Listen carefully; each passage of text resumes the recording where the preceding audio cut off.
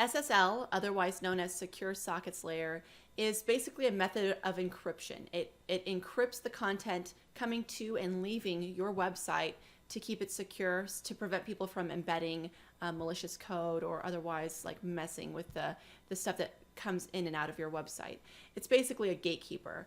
And why it's important for SEO is because Google wants to make sure if your website is if they're sending traffic to your website, that the content on that website is safe and not going to harm anybody's computers or anything else for that matter. So SSLs basically tell browsers, your web browsers like Chrome, Edge, Safari, all of that stuff, that your site is safe, and it tells users that your site is safe too. It does this in a couple of ways. The first way is your domain, the link that goes to your website will have an HTTPS designation. The S stands for secure.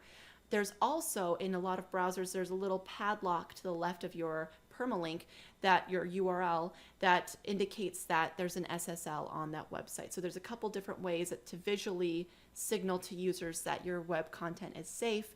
And this is really important to SEO because Google, if they're going to send browser traffic to you, they want to know that your information, that the content is going to be safe for the users they're sending your way. And so this is a factor in SEO.